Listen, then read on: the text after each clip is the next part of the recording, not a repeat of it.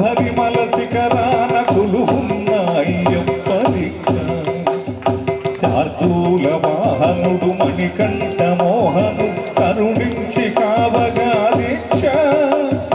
నియమాల మాలతో దీక్ష